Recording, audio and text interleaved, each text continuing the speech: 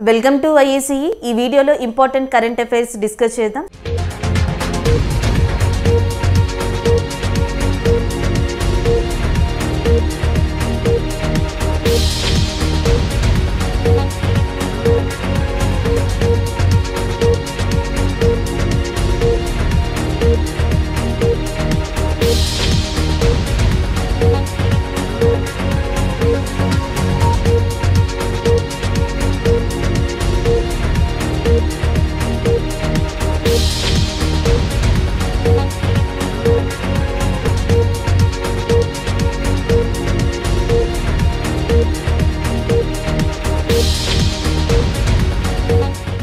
ISAT-2 is in news. So ISAT-2 అనే satellite న్యూస్లో ఉంది.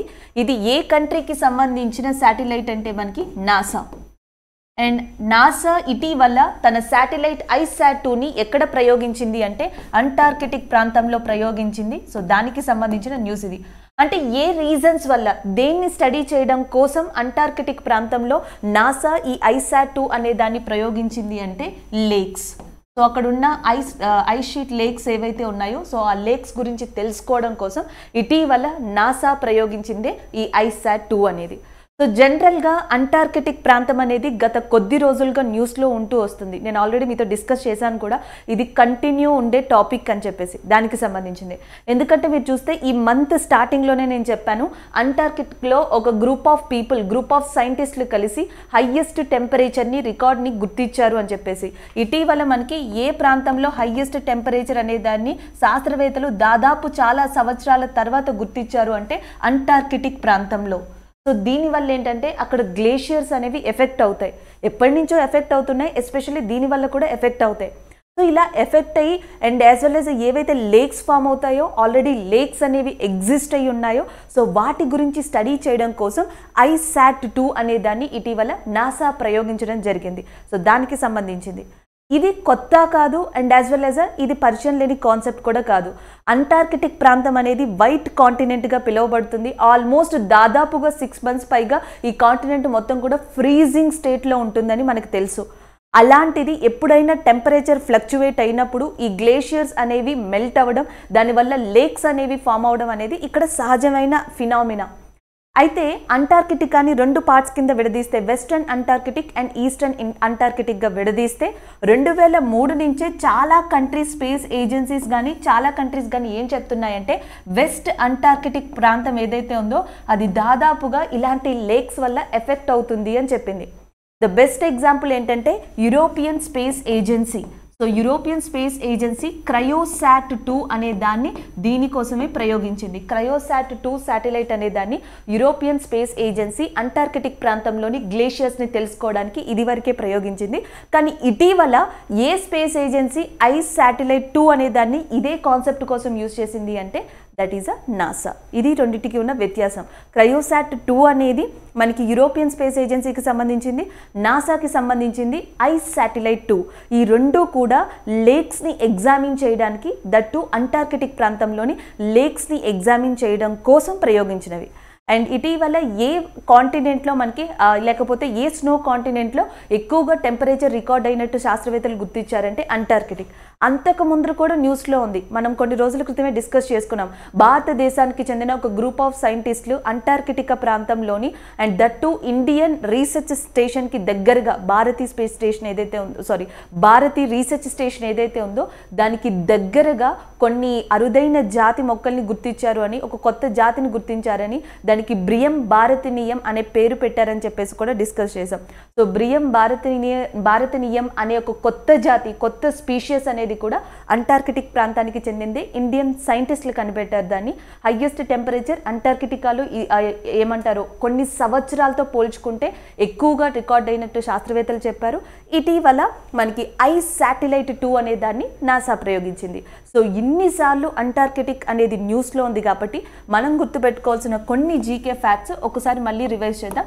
December 1 వచ్చేటప్పటికి అంటార్కిటిక్ డేగా అని చెప్పేసి రికగ్నైజ్ చేయడం జరిగింది. అండ్ భారతదేశం యొక్క రీసెర్చ్ స్టేషన్స్ ఏంటి అంటే భారతి, మైత్రి. ఒరిజినల్గా 3 ఉంటాయి, దక్షిణ గంగోత్రి, భారతి, మైత్రి.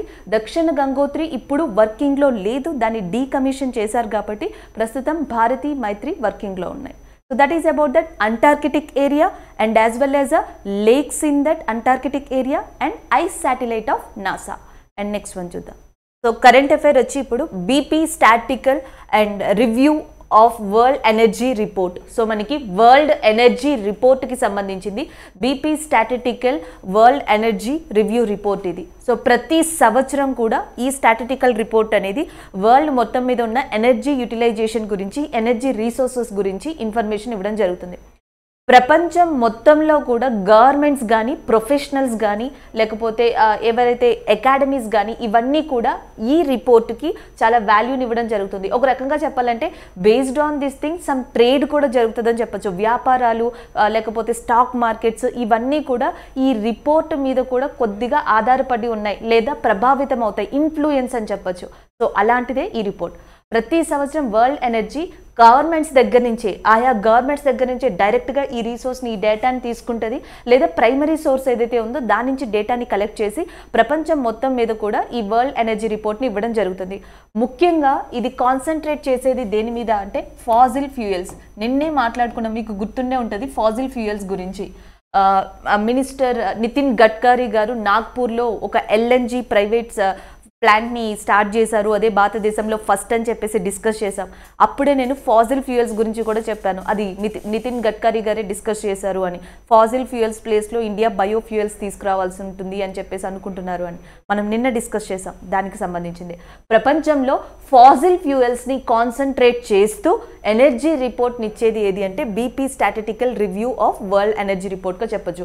దీంట్లో solar energy, wind energy and as well as tidal energy వీటి గురించి కూడా రిపోర్ట్ ఉంటుంది. మెయిన్గా దేని మీద కాన్సన్ట్రేట్ చేస్తారంటే ఫాజిల్ ఫ్యూయల్స్. ఆల్రెడీ మీకు తెలుసు కదా ఫాజిల్ ఫ్యూయల్స్ అంటే ఒకటి క్రూడ్ ఆయిల్ వస్తుంది, అండ్ రెండోది వచ్చేసి ముఖ్యంగా మనకి కోల్ అనేది వస్తుంది, అండ్ న్యాచురల్ గ్యాస్ ఉంది. అండ్ ఈ మూడు కాకుండా, ఫాజిల్ ఫ్యూయల్స్ కాకుండా ఎలక్ట్రిసిటీ గురించి కూడా ఇది చెప్తుంది. లైక్ రినవబుల్ ఎనర్జీస్ గురించి కానీ, లేకపోతే లైక్ ఫాజిల్ ఫ్యూయల్స్ గురించి కానీ, ఎలక్ట్రిసిటీ గురించి కానీ, ఈ ఎనర్జీ మొత్తానికి సంబంధించిన రిపోర్ట్ ఇది. దీంట్లో కొన్ని హైలైట్స్ చూద్దాం. ప్రపంచవ్యాప్తంగా ప్రతి దానికి ఏం జరిగింది అనేది మనకి న్యూమరికల్ వాల్యూతో సహా ఇది రిపోర్ట్ ఇస్తుంది. కానీ ఎగ్జామినేషన్ పాయింట్ ఆఫ్ వ్యూకి మనకి ఏం అవసరమో అది చూద్దాం. ప్రపంచం మొత్తం మీద చూసుకుంటే 2020లో మనకి ఈ ఎనర్జీ యూటిలైజేషన్ అనేది 4.5% డిక్లైన్ అయ్యిందంట. 4.5%.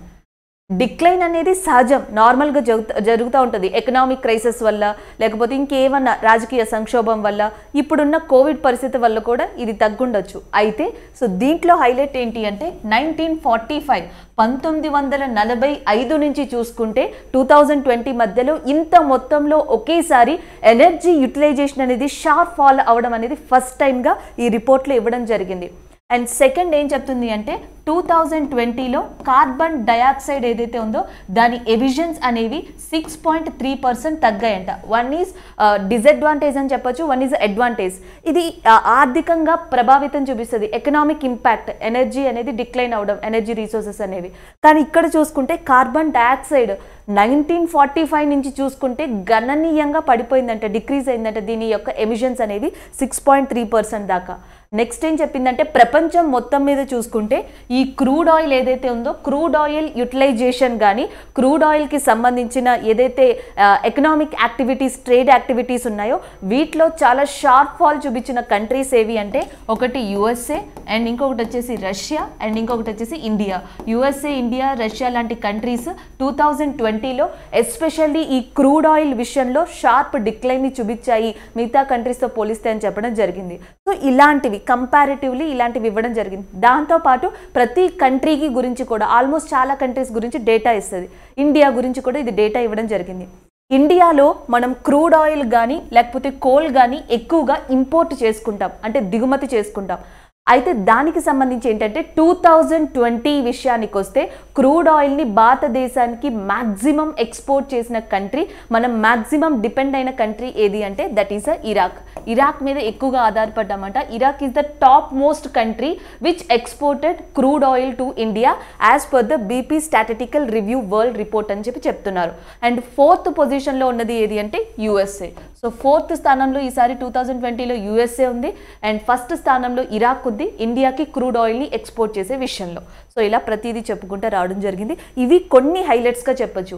ఈసారి BP statistical review of world energy report ఇచ్చిన ప్రకారం ఎనర్జీ యొక్క యూటిలైజేషన్ కానీ, ఎనర్జీ యొక్క ట్రేడ్ కానీ, ఎనర్జీకి సంబంధించిన ఏవైతే మిగతా కైండ్ ఆఫ్ యాక్టివిటీస్ ఉన్నాయో 1945 నుంచి చూసుకుంటే అవి షార్ప్ డిక్లైన్ అయినాయని చెప్తున్నారు.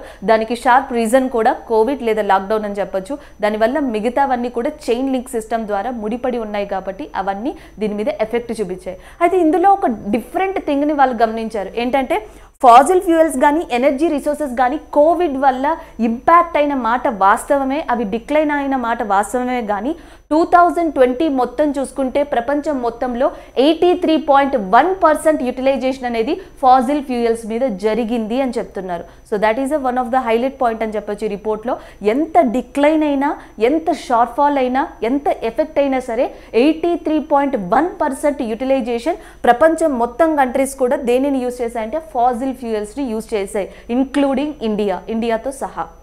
ఇది దీని యొక్క న్యూస్. అయితే మనం గుర్తుపెట్టుకోవాల్సింది ఏంటంటే ఎనర్జీ గురించి మాట్లాడుతున్నాం కాబట్టి energy convention day. So energy convention day అనేది ఎప్పుడు అంటే మనకి December 14th. So December 14th అనేది ఎనర్జీ కన్వెన్షన్ డే కింద, ఎనర్జీ కన్జర్వేషన్ డే కింద గుర్తుపెట్టుకోండి. Energy conservation day December 14th. And దాని తర్వాత International Energy Agency. So International Energy Agency అనేది దీని యొక్క హెడ్ క్వార్టర్స్ ప్యారిస్లో ఉంది. International Energy Agency head quarters ప్యారిస్లో ఉంది. అండ్ ఎనర్జీ కన్జర్వేషన్ డే అనేది December 14th. ఈసారి వరల్డ్ ఎనర్జీ రిపోర్ట్ రీసెంట్గా రిలీజ్ అయింది. దీన్ని రిలీజ్ చేసింది ఎవరు అంటే బీపీ స్టాటిస్టిక్ అనే ఏదైతే ఉందో మనకి, సో ఆ సంస్థ దీనిని రిపోర్ట్ని ఇవ్వడం జరిగింది. ఈ రిపోర్ట్ ప్రకారం మనకి ఏ కంట్రీస్ ఎక్కువగా ఫాజిల్ ఫ్యూయల్స్లో షార్ప్ ఫాల్ని చూసాయి లేదా క్రూడ్ ఆయిల్లో షార్ప్ ఫాల్ని చూసాయి అంటే US, Russia and as well as India. Next one చూద్దాం. Martyrs day or Kashmir day. So దీనిని ఎప్పుడు రికగ్నైజ్ చేశారంటే July 13th. సో స్వతంత్రం వచ్చిన కొన్ని ఏళ్ళు అంటే చాలా సంవత్సరాలు కశ్మీర్లో ఒక హాలిడేగా, దాని యొక్క స్టేట్ హాలిడే అని చెప్పొచ్చు, July 13th ప్రకటించడం జరిగింది. కశ్మీర్ డే అంటారు లేదా మార్టియార్స్ డే అని కూడా పిలుస్తారు. సో ఫస్ట్ ఈ డే సిగ్నిఫికెన్స్ చూద్దాం, దాని తర్వాత మిగతా వాటి గురించి మాట్లాడదాం. 1846లో బ్రిటిషర్స్ అమృత్సర్ ట్రీటీ ప్రకారం సో దోగ్రా కింగ్ అయిన రాజా గులాబ్ సింగ్కి కశ్మీర్ని ఇవ్వడం జరిగింది. దాని తర్వాత 100 సంవత్సరాలు, ఆల్మోస్ట్ 100 సంవత్సరాలకి పైగానే గులాబ్ సింగ్ ఆ ప్రాంతాన్ని అండ్ ఆయన వంశం ఆ ఏరియాని రూల్ చేశారు, జమ్మూ కాశ్మీర్ ప్రాంతాన్ని. దాని తర్వాత దోగ్రా పీపుల్కి, సెట్ ఆఫ్ దోగ్రా పీపుల్కి అండ్ యాజ్ వెల్ యాజ్ అక్కడున్న కొంతమంది లోకల్ ముస్లిం పీపుల్కి మధ్య డిస్ప్యూట్స్ అనేవి స్టార్ట్ అయ్యాయి. ఆ డిస్ప్యూట్స్ అనేవి తర్వాత పెద్ద గొడవలుగా అయ్యి 1931లో 22 మంది ముస్లిమ్స్ చనిపోవడం జరిగింది ఈ ఘర్షణలో. అది కూడా ఎప్పుడు అంటే July 13th. ఈ సంఘటన దృష్టిలో పెట్టుకొని July 13 అనే దాన్ని ఇండిపెండెన్స్ వచ్చిన తర్వాత కశ్మీర్ గవర్నమెంట్ లేకపోతే అక్కడున్న ఎవరైతే పరిపాలకులు ఉన్నారో వాళ్ళు దాన్ని స్టేట్ హాలిడే కింద డిక్లేర్ చేశారు. అది దీని గురించి అంటే కశ్మీర్ డే లేకపోతే మార్టియర్స్ డే అనేది ఎప్పుడు అంటే July 13th. అయితే ఇప్పుడు ఇది అఫీషియల్గా రికగ్నైజ్ చెయ్యట్లేదు, రద్దు చేయబడిందనే చెప్పాలి ఒక రకంగా. ఎందుకంటే బిఫోర్ ఆర్టికల్ 370 ఆఫ్టర్ ఆర్టికల్ 370 అని అనొచ్చు ఈ విషయంలో, ఈ డేస్ విషయంలో. ఎందుకంటే before article 370 special status of Jammu Kashmir ప్రతిపత్తినిచ్చే ఆర్టికల్ 370 రద్దు చెయ్యక ముందర మనకి జమ్మూ కాశ్మీర్లో December 5th ఒకటి అండ్ నెక్స్ట్ వచ్చేటప్పటికి ఈ July 13th ఒకటి, ఈ రెండు కూడా ఆ స్టేట్ హాలిడేస్ కింద డిక్లేర్ చేయబడి కొన్ని ప్రోగ్రామ్స్ని నిర్వహించడం అండ్ హాలిడేని ప్రకటించడం, ఈవెంట్స్ చేయడం ఇవన్నీ ఉండేవి. ఈ రెండు కూడా ఎందుకు అంటే December 5th వచ్చేటప్పటికి former chief minister of Jammu Kashmir, National Conference party founder, so National Conference అనే దాన్ని స్థాపించిన వ్యక్తి and as well as former Jammu Kashmir chief మినిస్టర్గా చేశారు Sheikh M Abdul. So Sheikh M Abdullah అనే పర్సన్ ఎవరైతే ఉన్నారో మొహమ్మద్ అబ్దుల్లా, ఆయన యొక్క బర్త్ యానివర్సరీని రికగ్నైజ్ చేస్తూ December 5th స్టేట్ హాలిడేగా ప్రకటించేవాళ్ళు. అండ్ July 13th నేను ఆల్రెడీ చెప్పాను ఈ ఘటన. సో ఈ ఘటన ఆధారంగా July 13th అనే దానిని స్టేట్ హాలిడేగా చేశారు. 2 స్టేట్ హాలిడేస్ ఉండేవి. ఆర్టికల్ 370 ఎప్పుడైతే రద్దు అయ్యిందో ఈ 2 హాలిడేస్ని కూడా రద్దు చేయడం జరిగింది. సో అఫీషియల్గా there is no state holidays on that, there is no particular official holidays on July 13th and December 5th. మరి దేన్ని ఒక హాలిడేగా ప్రకటించారు అఫీషియల్గా అంటే that is October 26th. October 26th మనకి అఫీషియల్ డే కింద వీళ్ళకి డిక్లేర్ చేయడం జరిగింది. అది కూడా ఎందుకు అంటే 1947 October 26th Jammu Kashmir become as a dominion of India. So అందుకని చెప్పేసి ఆ డేనే ఎస్పెషల్లీ వీళ్ళకి ఒక స్టేట్ హాలిడే లేదా ఇప్పుడు యూనియన్ టెరిటరీ కాబట్టి యూనియన్ టెరిటరీ హాలిడే కింద రికగ్నైజ్ చేయడం జరిగింది. ఇంత ఇంపార్టెన్స్ ఉన్న టాపిక్ ఇది. అయితే ఇప్పుడు మీకు ఒక డౌట్ రావచ్చు, మేడం మరి ఎగ్జామినేషన్ పాయింట్ ఆఫ్ వ్యూలో అంటే ఎగ్జామినేషన్ పాయింట్ ఆఫ్ వ్యూలో కూడా మీరు గుర్తుపెట్టుకోవాల్సింది July 13th is also consider as a Kashmir day. కాకపోతే ఏంటి అంటే ఇప్పుడు ఇక్కడ ఈవెంట్స్ అనేవి జరగవు అండ్ అఫీషియల్గా హాలిడేస్ అనేవి ఉండవు, ప్రోగ్రామ్స్ ఏవి నిర్వహించరు. కానీ ఎప్పటి నుంచో కొన్నేళ్ల నుంచి ఈ డే ఈ మార్క్ మీద ఉంది కాబట్టి దీన్ని ఇలా రికగ్నైజ్ చేయాలి, గుర్తుపెట్టుకోవాలి కూడా.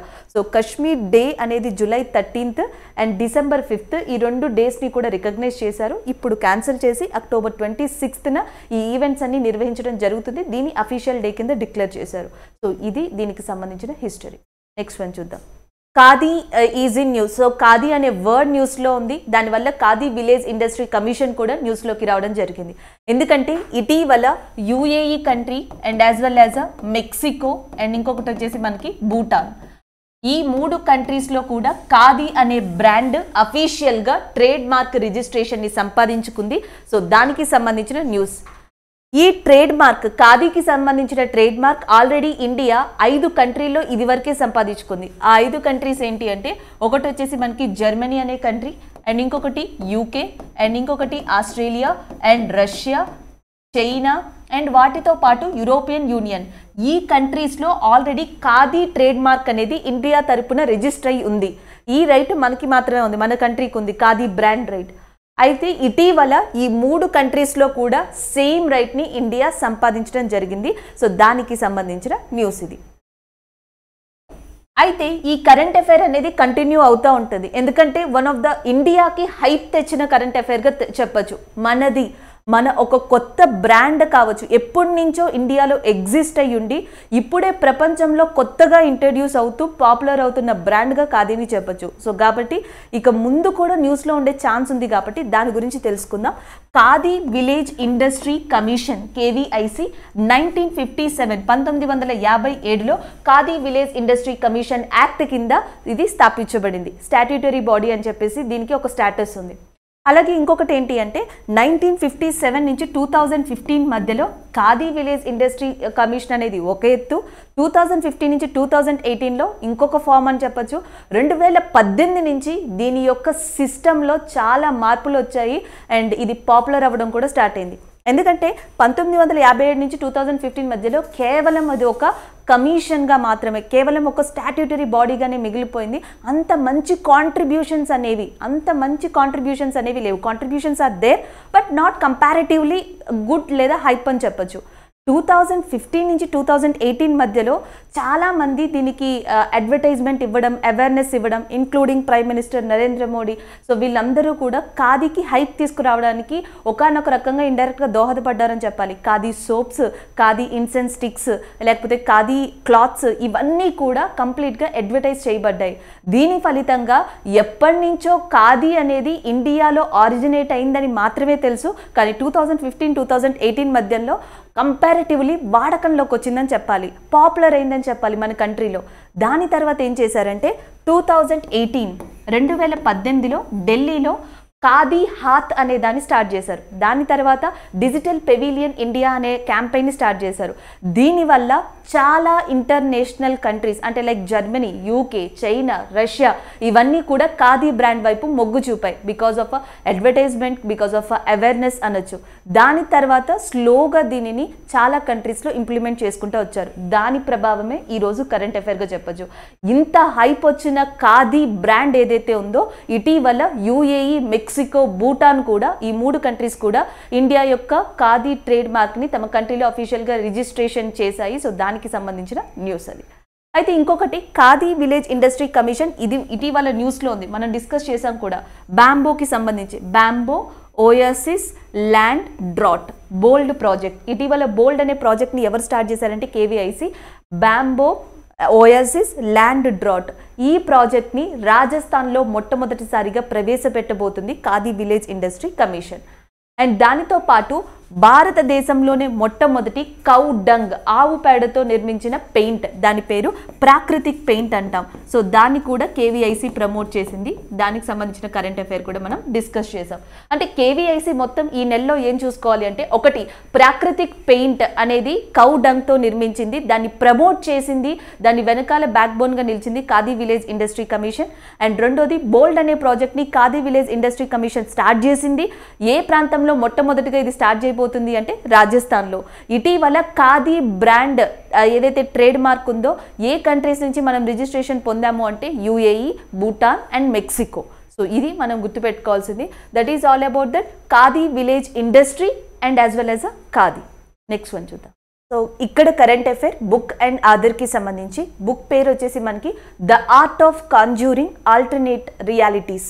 So the art of conjuring alternate realities అనే బుక్ని ఇటీవల రాసింది ఎవరు అంటే శివం శంకర్ సింగ్. సో శివం శంకర్ సింగ్ ఆనంద్ వెంకట నారాయణ్తో కలిపి రాసిన బుక్ ఇది. So Shivam Shankar Singh and as well as Anand Venkata Narayan వీళ్ళిద్దరూ కలిపి the art of conjuring alternate realities అనే దాన్ని రాశారు. అది కూడా ఈ బుక్ ఎవరికి సంబంధించింది అంటే హ్యూమన్ నేచర్కి సంబంధించింది, హ్యూమన్ హిస్టరీకి దగ్గరగా ఉండే బుక్. లైక్ మన కల్చర్ కావచ్చు, కట్టుబాట్లు కావచ్చు, నెక్స్ట్ మన పాలిటిక్స్, సొసైటీకి సంబంధించింది కావచ్చు, రాజకీయాలు కావచ్చు, ఈ నేపథ్యంలో హ్యూమన్ హిస్టరీకి చాలా దగ్గరగా ఉన్న నేపథ్యంలో the art of conjuring alternate realities అనే బుక్ని శివం శంకర్ సింగ్ అండ్ ఆనంద్ వెంకట్ నారాయణ్ కలిసి రాయడం జరిగింది. ఆ బుక్ మనకి కరెంట్ అఫైర్స్లో వచ్చింది. అలాగే శివం శంకర్ సింగ్ చాలా మందికి తెలిసిన వ్యక్తి, చాలా మందికి పరిచయం ఉన్న వ్యక్తి. ఎందుకంటే మనకి డేటా అనలిస్ట్గా చాలా క్యాంపెయిన్స్ నిర్వహించారు అండ్ ప్రముఖ టీవీ ఛానల్స్లో డిబేట్స్ ఏవైతే ఉంటాయో సో వాటిలో పాల్గొంటారు. And as well as and author కూడా ఇంకా చాలా డిఫరెంట్ బుక్స్ రాసి ఉన్నారు. How to win Indian elections అనే పాపులర్ బుక్ని కూడా రాసింది ఈయనే. ఎక్కువగా పొలిటికల్ నేపథ్యం లేదా మనుషులతో సంబంధం ఉన్న, అది చారిత్రాత్మక పరంగా కానివ్వండి లేకపోతే ఇంకేదైనా కానివ్వండి, అలాంటి బుక్స్ని రాస్తారు. సో ఈ హింట్ ఎందుకు చెప్పానంటే ఇది హ్యూమన్ హిస్టరీకి దగ్గరగా ఉంటుంది కాబట్టి ఈ పేరుని గుర్తుపెట్టుకోండి, Shivam Shankar Singh. So how to win Indian elections అనే బుక్ని రాశారు. దాంతోపాటు ఆనంద్ వెంకట నారాయణ్తో కలిసి రాసిన book the art of conjuring alternate realities. Next one చూద్దాం. International rock day. So international rock day అనేది ఎప్పుడు అంటే జూలై 13th.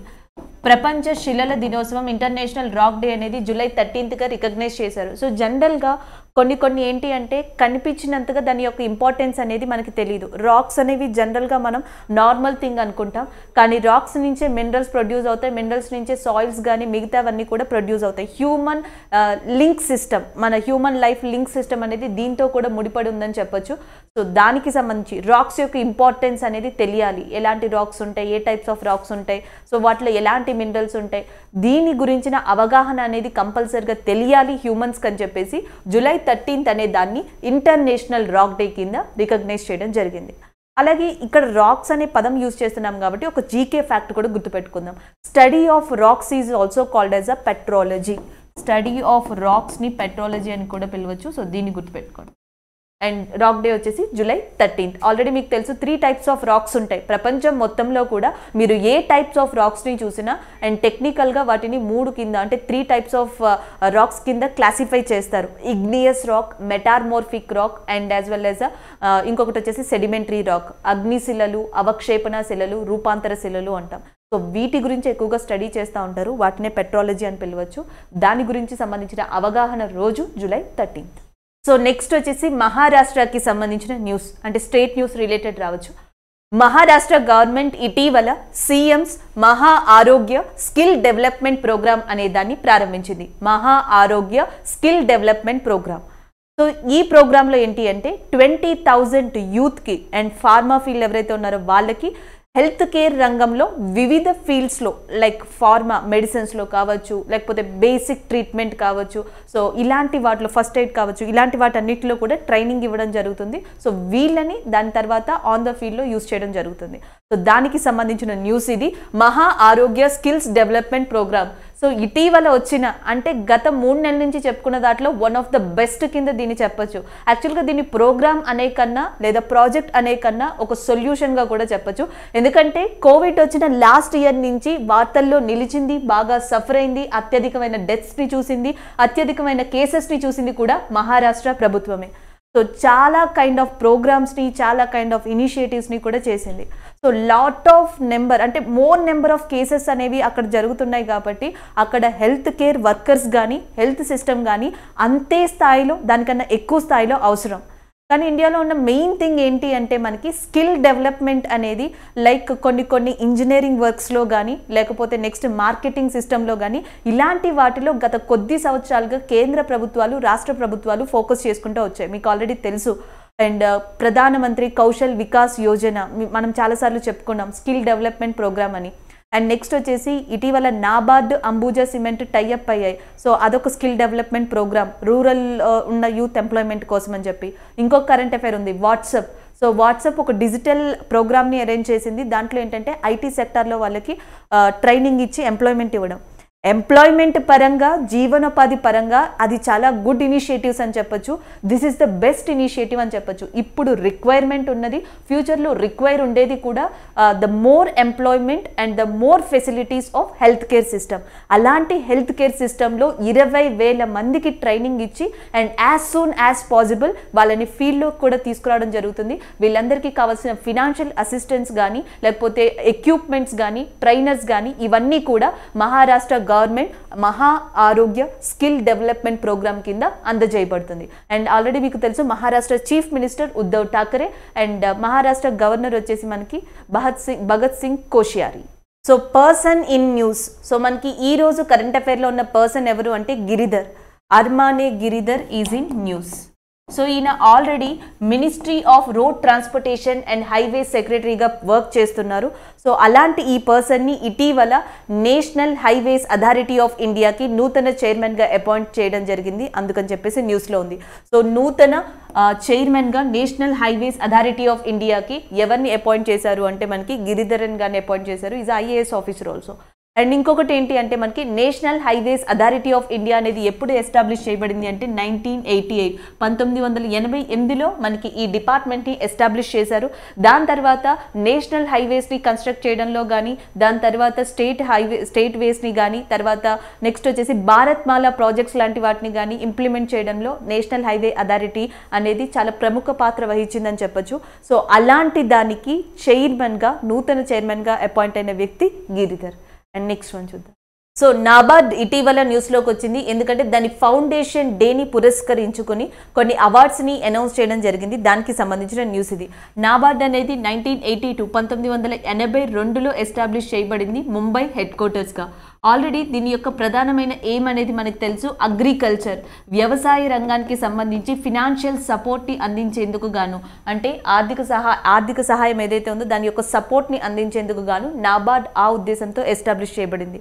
అయితే ఇటీవల దాని ఫౌండేషన్ డేని పురస్కరించుకుని the best state cooperative bank కేటగిరీలో అది ఏ బ్యాంక్కి ఈ అవార్డుని రీసెంట్గా ప్రకటించిందంటే Telangana state cooperative apex bank. So Telangana state cooperative apex బ్యాంక్కి the best state cooperative bank కేటగిరీలో అవార్డుని ప్రకటించడం జరిగింది. అండ్ ఇంకొకటి వచ్చేసి మనకి DCCB, district and cooperative credit bank. District cooperative credit bank కేటగిరీలో కరీంనగర్ డిస్ట్రిక్ట్ బ్యాంక్కి ఈ అవార్డు దక్కడం అనేది జరిగింది. కరీంనగర్ DCCBకి ద బెస్ట్ DCCB కేటగిరీ అవార్డుని, అలాగే the best state bank cooperative దానికి తెలంగాణ స్టేట్ కోఆపరేటివ్ ఎపెక్స్ బ్యాంక్కి ఈ అవార్డు అనేది దక్కడం జరిగింది. ఈ 2 అవార్డ్స్ని కూడా నాబార్డ్ ఇటీవల దాని ఫౌండేషన్ డేని పురస్కరించుకొని అనౌన్స్ చేయడం జరిగింది. అలాగే నాబార్డ్ యొక్క చైర్మన్గా ప్రస్తుతం వర్క్ చేస్తున్న వ్యక్తి గోవిందరాజు చింతల. సో గోవిందరాజు చింతల ప్రస్తుతం నాబార్డ్కి చైర్మన్గా వర్క్ చేస్తున్నారు. నార్మల్గా ఈ 2 కామన్గా గుర్తుపెట్టుకోవాలి. NABARD head quarters Mumbai and chairman వచ్చేసి గోవిందరాజు చింతల. అయితే ఇటీవల న్యూస్లో ఉండడానికి కారణం మాత్రం ఏంటి అంటే దాని ఫౌండేషన్ డేని పురస్కరించుకుని ఇటీవల తెలంగాణ స్టేట్ కోఆపరేటివ్ ఎపెక్స్ బ్యాంక్కి and Karimnagar district cooperative credit బ్యాంక్కి కూడా అవార్డ్స్ని ప్రకటించింది నాబార్డ్. సో దానికి సంబంధించి next one. So next ICC player of the month award. So ICC June మంత్కి గాను ప్లేయర్ ఆఫ్ ద మంత్ అవార్డ్స్ని ప్రకటించడం జరిగింది. Male and female category, men and women కేటగిరీలో. సో మెన్స్ విభాగానికి వస్తే ICC player of the month men విభాగంలో award అందుకుంది New Zealand cricketer. So New Zealand cricketer అయిన డేవెన్ కాన్వే ఇటీవల ఈ అవార్డుని అందుకోవడం జరిగింది. సో జూన్ మంత్కి గాను డేవాన్ కాన్వే ఎవరైతే న్యూజిలాండ్ క్రికెటర్ ఉన్నారో ఆయన ICC player of the month for the June కింద ఈ అవార్డుని అందుకోనున్నారు. అలాగే విమెన్స్ కేటగిరీకి వచ్చేటప్పటికి ఇంగ్లాండ్ క్రికెటర్ అయిన సోఫీ ఎక్లోస్టెన్. సో సోఫీ ఎక్లోస్టెన్ ఎవరైతే ఉన్నారో ఆమె విమెన్స్ కేటగిరీలో the best player ICC player of the month June అవార్డుని అందుకోనుంది. సో నెక్స్ట్ వన్ చూద్దాం. Share Bahadur Deuba is in news. So ఇటీవల షేర్ బహదూర్ దేవుబా న్యూస్లో ఉన్నారు. దీనికి కారణం నేపాల్ కంట్రీ. ఇటీవల నేపాల్ కంట్రీలో కలిగిన రాజకీయ సంక్షోభం ఏదైతే పొలిటికల్ క్రైసిస్ ఉన్నాయో ఆ నేపథ్యంలో నేపాల్ ప్రైమ్ మినిస్టర్గా ఉన్న కేపీ శర్మ ఓలీ స్థానంలో ఇటీవల నూతన ప్రైమ్ మినిస్టర్గా అపాయింట్ కాబోతున్న వ్యక్తి సో షేర్ బహదూర్ దేవుబా ఆయనకి సంబంధించిన న్యూస్ ఇది. నేపాల్ యొక్క న్యూ ప్రైమ్ మినిస్టర్. అయితే ఈయన 1995లో కూడా ప్రైమ్ మినిస్టర్గా వర్క్ చేశారు, 2017లో ప్రైమ్ మినిస్టర్గా వర్క్ చేశారు. ఇది వరకు ఆల్రెడీ 4 సార్లు నేపాల్ ప్రధానిగా బాధ్యతలు చేపట్టిన షేర్ బహదూర్ దేవుబా ఎవరైతే ఉన్నారో ఆయన మళ్ళీ తిరిగి 5వసారి నేపాల్ ప్రధానిగా ప్రమాణ స్వీకారం చేయనున్నారు. దీనికి సంబంధించి విద్యాదేవి బాండారి నేపాల్ యొక్క ప్రెసిడెంట్ ఇటీవల దానికి సంబంధించిన జీవోని కూడా జారీ చేయడం జరిగింది. సో దానివల్ల ఈ కరెంట్ అఫైర్. నేపాల్ ప్రెసిడెంట్ వచ్చేసి మనకి ఈమె పేరు కూడా గుర్తుపెట్టుకోండి, విద్యాదేవి బాండారి. ఇది ఇటీవల విద్యాదేవి బాండారి ఏమని ఉత్తర్వులు జారీ చేశారు అంటే నేపాల్ పొలిటికల్ సంక్షోభం ఏదైతే ఉందో పొలిటికల్ క్రైసిస్ సంక్షోభంలో ఇది ఆల్రెడీ ఎగ్జిస్ట్ అయి ఉన్న కేపీ శర్మ ఓలీ స్థానంలో నూతన ప్రైమ్ మినిస్టర్గా షేర్ బహదూర్ దేవుబాని నియమిస్తున్నట్లుగా ఉత్తర్వులు జారీ చేయడం జరిగింది. అలాగే నేపాల్ క్యాపిటల్ మీకు ఆల్రెడీ తెలుసు కాఠ్మండు అండ్ ప్రపంచంలోనే అత్యంత ఎత్తైన శిఖరం ఎవరెస్ట్ని కలిగి ఉంది కూడా మనకి నేపాలే. నెక్స్ట్ వన్ చూద్దాం. Seed balls is in news. So seed balls అని పిలవచ్చు లేదా వీటినే అర్త్ బాల్స్ అని కూడా పిలవచ్చు. సో ఇటీవల సెల్ఫ్ హెల్ప్ గ్రూప్స్ స్వయం సహకార సంఘాలు ఏవైతే ఉన్నాయో అది కూడా తెలంగాణకి సంబంధించి సో తెలంగాణకు సంబంధించి women self help groups and అది కూడా మహబూబ్ నగర్ ప్రాంతానికి. సో వీళ్ళు ఒక అరుదైన రికార్డ్ని గిన్నీస్ రికార్డ్ని సృష్టించారు. అది కూడా సీడ్ బాల్స్కి సంబంధించి 8 కోట్ల సీడ్ బాల్స్ని 10 డేస్లో వీళ్ళు రోల్ చేసినందుకు గాను సో వీళ్ళు ఈ అరుదైన గిన్నీస్ రికార్డ్ని చేయడం జరిగింది అండ్ దీంట్లో ఒక రికార్డ్ని క్రియేట్ చేయడం కూడా జరిగింది. సో దానికి సంబంధించి అయితే ఇక్కడ మనకి సీడ్ బాల్ అంటే ఏంటి అని తెలియాలి. సీడ్ బాల్ లేదా అర్త్ బాల్ ఏంటంటే జనరల్గా మట్టి క్లే అంటాం కదా. సో క్లేని కానీ రెడ్ క్లేని కానీ ఎర్రమట్టిని కానీ తీసుకుని దాంట్లో కంప్లీట్గా సీడ్స్ అన్నిటినీ పెడతారు. సో సీడ్స్తో పాటు దానికి కావాల్సిన న్యూట్రియంట్స్ ఏవైతే ఉన్నాయో వాటినన్నిటినీ కూడా కలిపి హ్యూమస్ అంటాం కదా, ఆర్గానిక్ కంటెంట్ హ్యూమస్ వీటినన్నిటినీ కలిపి రోల్ చేస్తారు. దీనివల్ల ఏంటి అంటే ఆ సీడ్స్ అనేవి జర్మెంటేషన్కి ఇవన్నీ కూడా హెల్ప్ అవుతాయి. ఎగ్జాక్ట్ వాతావరణ పరిస్థితుల్లో ఆ మొక్కలన్నీ కూడా పెరగడానికి ఇవి చాలా అనుకూలిస్తాయి. అండ్ ఎస్పెషల్లీ ఏన్షియంట్ టైంలో నైల్ రివర్ దగ్గర ఎక్కువగా ఇలాంటి వాటిని ఈజిప్టియన్స్ యూజ్ చేసేవాళ్ళంట. దాని తర్వాత ఆఫ్రికన్స్ యూజ్ చేయడం స్టార్ట్ చేశారు. దాని తర్వాత ఇండియన్స్ కూడా స్టార్ట్ చేశారు. అలాంటి ఈ సీడ్ బాల్ లేదా అర్త్ బాల్ అనేది దాదాపుగా 8 కోట్ల బాల్స్ని 8 కోట్ల రోల్స్ని ఇటీవల మన మహబూబ్ నగర్కి చెందిన సెల్ఫ్ హెల్ప్ గ్రూప్ పీపుల్ వాళ్ళు ఎవరైతే ఉన్నారో సో వాళ్ళందరూ కూడా రోల్ చేసి రికార్డు సృష్టించారు. దానికి సంబంధించిన న్యూస్ ఇది. అండ్ నెక్స్ట్ వన్ చూద్దాం.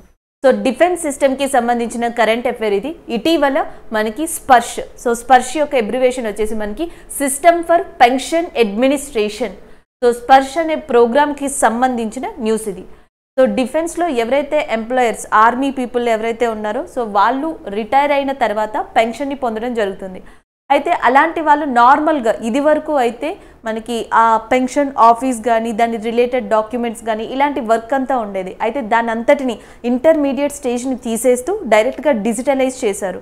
అండ్ డిజిటలైజ్ చేస్తూ స్పర్శ్ అనే పోర్టల్ని కూడా క్రియేట్ చేశారు. సో ఈ స్పర్శ్ పోర్టల్లో ఏంటి అంటే జనరల్గా ఎవరైతే ఈ రిటైర్మెంట్ తర్వాత పెన్షన్ పొందుతారో సో వాళ్ళకి సంబంధించిన రిజిస్ట్రేషన్స్ కానీ ఆ రిజిస్ట్రేషన్ కంప్లీట్ అయిపోయిన తర్వాత వాళ్ళ ఏదైతే అమౌంట్ ఉందో ఆ అమౌంట్కి సంబంధించిన డీటెయిల్స్ కానీ అన్నీ డిజిటలైజ్గా ఇవ్వబడతాయి.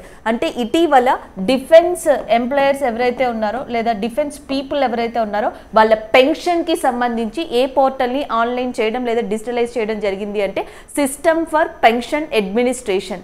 So system for pension administration అనే దాన్ని డిజిటలైజ్ చేశారు, డిజిటల్ పోర్టల్గా చేంజ్ చేయడం జరిగింది. సో దానికి సంబంధించిన న్యూస్గా మనం చెప్పొచ్చు. సో దీనికి సహకరించే బ్యాంక్స్ ఏవి అంటే Punjab National bank and as well as SBI.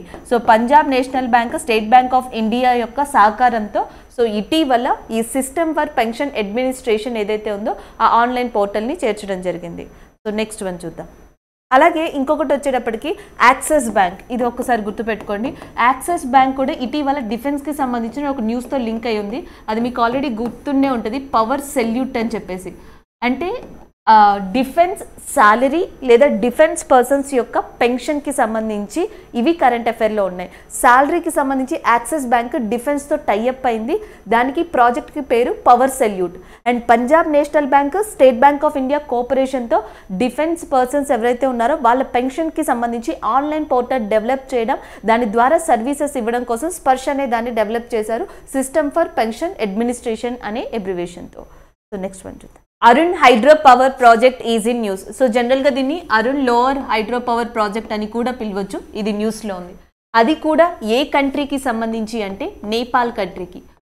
So first దీని బ్యాక్గ్రౌండ్ చూద్దాం, ఆ తర్వాత కరెంట్ అఫైర్ విషయానికి వద్దాం. సో నేపాల్లో ఎస్పెషల్లీ ట్రాన్స్ హిమాలయన్ రీజియన్ అంటాం. ఈ ట్రాన్స్ హిమాలయన్ రీజియన్లో ప్రవహించే అతిపెద్ద నదిగా అరుణ్ని చెప్పచ్చు. దీనికి అప్పర్ లోయర్ స్ట్రీమ్స్ అని చెప్పి ఉన్నాయి. సో అప్పర్ స్ట్రీమ్లో దీన్ని మ్యాన్ క్యూ అని చెప్పి పిలుస్తారు, and as well as lower స్ట్రీమ్లో పెంగ్ క్యూ అని కూడా పిలుస్తారు. అక్కడున్న లోకల్ నేమ్స్గా చెప్పచ్చు. అరుణ్ రివర్ని ఇలా పిలవడం జరుగుతుంది. సో అంత ఇంపార్టెన్స్ ఉంది, అంత పెద్ద రివర్ ఇది. అలాంటి రివర్ మీద ఆల్రెడీ నేపాల్ ప్రభుత్వం కొన్ని చిన్న ప్రాజెక్ట్స్ని నిర్మించింది. దాని తర్వాత కొంతకాలం ముందర, కొంత పీరియడ్ ఆఫ్ టైంకి ముందర ఇండియా యొక్క సహకారంతో, అదే సట్లెజ్ జల్ విద్యుత్ నిగమ్ యొక్క సహకారంతో అరుణ్ 3 అనే ప్రాజెక్ట్ని నిర్మించారు నేపాల్లో. ఈ అరుణ్ 3 ప్రాజెక్ట్ వచ్చేసి ఏంటి అంటే, ఇక్కడ నేపాల్లో ఏ ప్రాంతంలో అయితే ప్రాజెక్ట్ నిర్మించారో అక్కడి నుంచి భారతదేశంలోని ముజాఫర్పూర్ అనే ప్రదేశానికి విద్యుత్ని అంటే ఎలక్ట్రిసిటీని ఎక్స్పోర్ట్ చేయడం జరుగుతుంది. సో అలా కొద్ది కాలం తర్వాత ఎప్పుడైతే ఇది సక్సెస్ఫుల్ అయిందో, ఈ ప్రాజెక్ట్ అనేది కంప్లీట్గా ఇంప్లిమెంట్ జరిగిందో, దాని తర్వాత ఇటీవల అరుణ్ లోవర్ హైడ్రో పవర్ ప్రాజెక్ట్ని నిర్మించాలని చెప్పేసి డిసైడ్ అయ్యారు. దీనికి నేపాల్ ప్రభుత్వం ఒప్పుకుంది. అలాగే ఇండియా తరపున మళ్ళీ సట్లెజ్ జల్ విద్యుత్ నిగమే ఇందులో పార్టిసిపేట్ చేయనుంది. అంటే ఇండియా తరపున సట్లెజ్ జల్ విద్యుత్ నిగమ్ యొక్క సహకారంతో నేపాల్లో అరుణ్ లోవర్ హైడ్రో పవర్ ప్రాజెక్ట్ని నిర్మిస్తారు. సో అలా నిర్మించిన హైడ్రో పవర్ ప్రాజెక్ట్ నుంచి దాదాపుగా ఎంత విద్యుత్ శక్తి లేదా ఎలక్ట్రిసిటీని ప్రొడ్యూస్ చేయొచ్చు అంటే 679 మెగావాట్స్, 679 మెగావాట్స్ విద్యుత్ శక్తిని దాని నుంచి తీసుకురావచ్చు. దానివల్ల ఏంటి అంటే హిమాలయన్ రీజియన్ అంటాం, లైక్ ఉత్తరాఖండ్ కానీ లేకపోతే ఉత్తరప్రదేశ్ కానీ ఇలాంటి ప్రాంతాల్లో విద్యుత్ శక్తిని డెవలప్ చేయడానికి, ఎలక్ట్రిసిటీని ప్రొవైడ్ చేయడానికి కుదురుతుంది. అంటే మొత్తానికి చూసుకుంటే హిమాలయన్ రీజియన్ పార్ట్లో ఎలక్ట్రిసిటీని సప్లై చేయడానికి, ఎలక్ట్రిసిటీని డెవలప్ చేయడానికి భారతదేశం 679 మెగావాట్స్ విద్యుత్ శక్తిని ప్రొడ్యూస్ చేసే అరుణ్ లోవర్ హైడ్రో పవర్ ప్రాజెక్ట్ని ఇటీవల నేపాల్లో నిర్మించనుంది. అది కూడా ఈస్టర్న్ పార్ట్ ఆఫ్ నేపాల్లో. సో దానికి సంబంధించి అంటే మొత్తానికి ఈ రోజు కరెంట్ అఫైర్స్ చూసుకుంటే 2 సార్లు నేపాల్ న్యూస్లో కనిపించింది share Bahadur. So share Bahadur Deuba ఎవరైతే ఉన్నారో ఆ పర్సన్ నూతన ప్రధానిగా నేపాల్లో కేపీ శర్మ ఓలీ ప్రదేశంలో ఆయన యొక్క ప్లేస్లో అపాయింట్ కాబోతున్నారు. దానికి సంబంధించిన న్యూస్ మనం డిస్కస్ చేసాం. దాని తర్వాత నేపాల్ తిరిగి న్యూస్లో ఉండడానికి కారణం ఈ అరుణ్ లోవర్ అనే ప్రాజెక్ట్. సో ఈ రెండింటిని గుర్తుపెట్టుకోండి. అలాగే నేపాల్ క్యాపిటల్ మీకు ఆల్రెడీ తెలుసు కాఠ్మాండు అని చెప్పేసి. నేపాల్లో ఉండే హిమాలయన్ రీజన్ని ట్రాన్స్ హిమాలయన్స్ అంటారు. నేను ఇందాకలే చెప్పాను, నేపాల్లో చాలా ఇంపార్టెంట్ రివర్గా అరుణ్ రివర్ నుంచి పిలవచ్చు. అరుణ్ రివర్తో పాటు భారతదేశంలో one of the important crucial రోల్ని ప్లే చేసే కోసీ రివర్, కోసీ నది పుట్టింది కూడా లేదా కోసీ నది యొక్క రివర్ బేసిన్ ఉన్నది కూడా మెయిన్గా ఎక్కడి నుంచి అంటే నేపాల్ నుంచి అని చెప్పొచ్చు. So this is all about that Nepal. Next current affair చూద్దాం. సో నెక్స్ట్ వచ్చేసి ఒక డిసీజ్ గురించి కరెంట్ అఫైర్లో ఉంది. దాని పేరు లింఫాటిక్ ఫిలరైజెస్.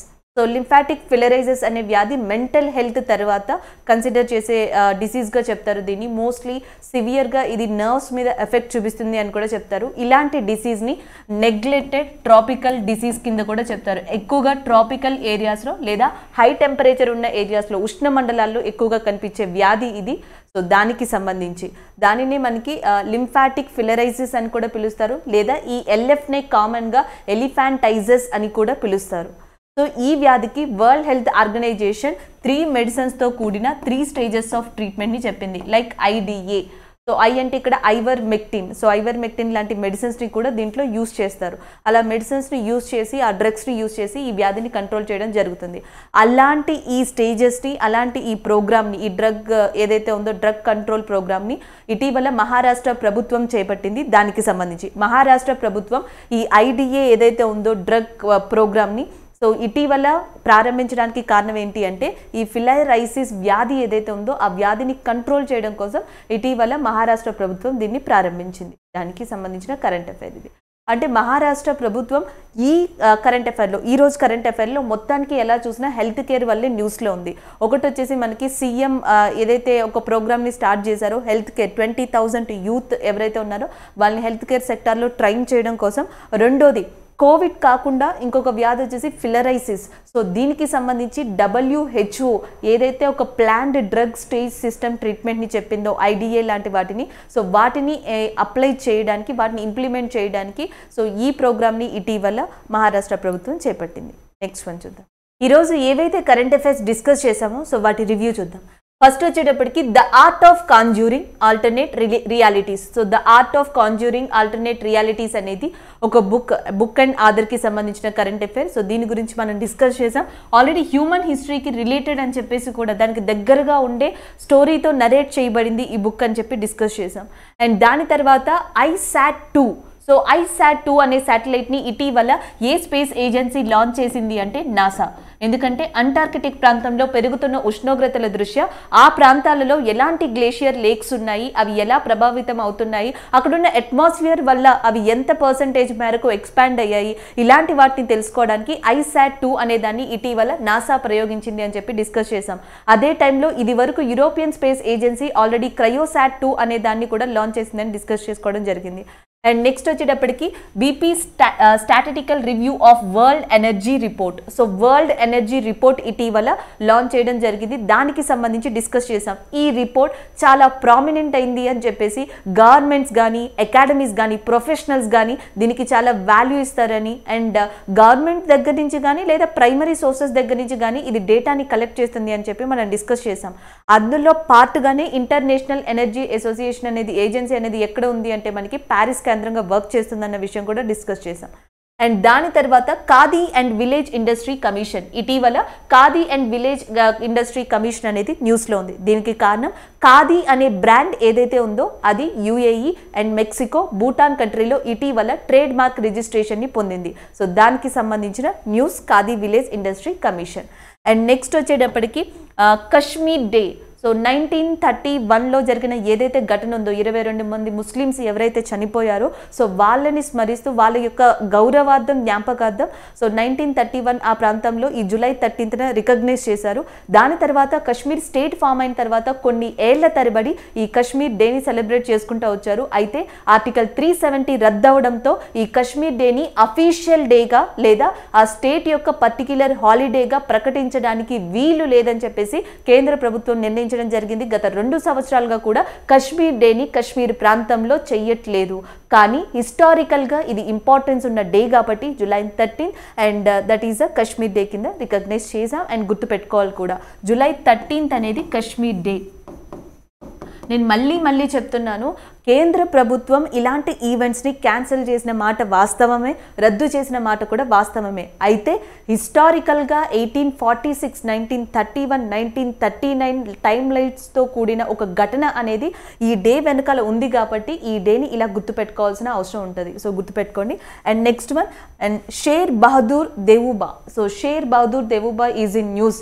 సో నేపాల్లో రాజకీయ సంక్షోభం పొలిటికల్ క్రైసిస్ ఉన్న దృష్ట్యా అండ్ ఆ నేపాల్ కంట్రీలో ఎవరైతే ఇప్పుడు ప్రస్తుతం ప్రైమ్ మినిస్టర్గా ఉన్నారో KP శర్మ ఆయన ప్రదేశంలో నూతన ప్రైమ్ మినిస్టర్గా 5వసారి తిరిగి ప్రమాణ స్వీకారం చేయబోతున్న వ్యక్తి ఎవరు అంటే షేర్ బహదూర్ దేవుబా. దీనికి సంబంధించిన ఏవైతే జీవోస్ ఉంటాయో ఆ జీవోస్ని ఇటీవల నేపాల్ ప్రెసిడెంట్ రాష్ట్రపతి అయిన విద్యాదేవి బాండారి ఉత్తర్వులు జారీ చేయడం కూడా జరిగింది. దాని గురించి డిస్కస్ చేసాం. International rock day. So international rock day కూడా ఎప్పుడు అంటే జూలై 13th. స్టడీ ఆఫ్ రాక్స్ని పెట్రాలజీ అంటారని కూడా డిస్కస్ చేయడం జరిగింది. అండ్ నెక్స్ట్ సీఎంస్ మహా ఆరోగ్య స్కిల్ డెవలప్మెంట్ ప్రోగ్రామ్. 20,000 మంది యూత్ని ఫార్మాలో లేకపోతే బేసిక్ మెడికల్ ట్రీట్మెంట్లో ఇలాంటి వాటిలో ట్రైనింగ్ ఇచ్చి అండ్ వాళ్ళని ఆన్ ద ఫీల్డ్ తీసుకొచ్చే విధంగా అతి త్వరలో ఈ మహారాష్ట్ర ప్రభుత్వం ఈ ప్రోగ్రామ్ని లాంచ్ చేయడం జరిగింది. అండ్ నెక్స్ట్ వచ్చేటప్పటికి system for pension administration which is called as a Sparsh. So Sparsh అనేది దేనికి రిలేటెడ్ అని అడిగితే డిఫెన్స్కి రిలేటెడ్, దీన్ని రక్ష అని కూడా పిలుస్తున్నారు. సో డిఫెన్స్ పీపుల్ ఎవరైతే ఉన్నారో వాళ్ళు రిటైర్ అయిన తర్వాత పెన్షన్ పొందే ప్రక్రియ, పెన్షన్ పొందే సిస్టమ్ ఏదైతే ఉందో దాన్ని కంప్లీట్గా డిజిటలైజ్ చేశారు. ఆ డిజిటలైజ్ చేసిన దానికి స్పర్శ పోర్టల్ కింద ఇటీవల నేమ్ ఇవ్వడం కూడా జరిగింది. దానికి సంబంధించిన న్యూస్ అది. NABARD best performance awards. So NABARD యొక్క ఫౌండేషన్ డే సందర్భంగా ఇటీవల అది అవార్డ్స్ని ప్రకటించింది. The best state cooperative bank కింద Telangana state cooperative apex bank అనేది అవార్డు పొందింది. అండ్ DCCB కేటగిరీలో కరీంనగర్ డిస్టిక్ ఏదైతే కోఆపరేటివ్ క్రెడిట్ బ్యాంక్ ఉందో సో అది అవార్డుని పొందింది. అండ్ నెక్స్ట్ వచ్చేటప్పటికి మనకి ఫిలరైజిస్. సో ఫిలరైజిస్ అనేది ఒక డిసీజ్, మెంటల్ హెల్త్ తర్వాత దీన్ని సెకండ్ కేటగిరీ కింద కన్సిడర్ చేస్తారు. And most neglected tropical disease కింద కూడా ఇది కేటగరైజ్ చేయబడింది. అయితే వరల్డ్ హెల్త్ ఆర్గనైజేషన్ ఇచ్చిన 3 స్టేజెస్ IDA ప్రోగ్రామ్ ఏదైతే ఉందో ఆ ప్రోగ్రామ్ని ఈ వ్యాధిని ఎలిమినేట్ చేయడం కోసం ఇటీవల మహారాష్ట్ర ప్రభుత్వం స్టార్ట్ చేసింది. అండ్ దాని తర్వాత సీడ్ బాల్స్ అనేవి ఉన్నాయి. సీడ్ బాల్స్ లేదా అర్త్ బాల్స్ అనొచ్చు. సో ఇవి ఎందుకు న్యూస్లో ఉన్నాయంటే దానికి కారణం తెలంగాణ. సో తెలంగాణలోని మహబూబ్ నగర్కి చెందిన ఒక women self help group people 10 రోజుల్లో 8 కోట్ల సీడ్ బాల్స్ని క్రియేట్ చేయడం వల్ల అరుదైన గిన్నీస్ రికార్డ్ని సొంతం చేసుకున్నారు. దానివల్ల తెలంగాణ మహబూబ్ నగర్ ప్రాంతం కానీ అక్కడున్న సెల్ఫ్ హెల్ప్ గ్రూప్ విమెన్స్ కానీ అలాగే సీడ్ బాల్స్ కానీ కరెంట్ అఫైర్లోకి రావడం జరిగింది. అలాగే ICC player of the month అవార్డుని మెన్స్ విభాగంలో న్యూజిలాండ్ క్రికెటర్, విమెన్స్ విభాగంలో ఇంగ్లాండ్ క్రికెటర్ ఈ అవార్డుని జూన్ మంత్కి గాను రిసీవ్ చేసుకోవడం జరిగింది.